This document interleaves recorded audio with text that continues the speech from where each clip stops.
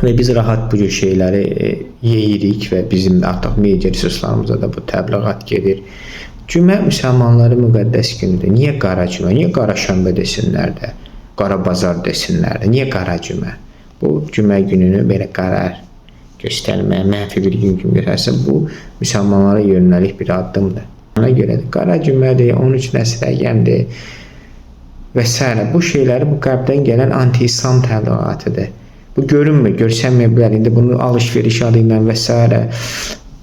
örtbasdırır. Amma əsasən odur ki, o yayılır. Qara cümə, cümə qara sözü ilə yayılır. Yəni, dövlətin bahsedilir ki, biz İslam, müsəlman ölkəsiyik, bizim gələcəyimiz müsəlman Türk dünyası iləndir. Biz Avropanın o İslamofob təbliğatını qəbul etməyik və s.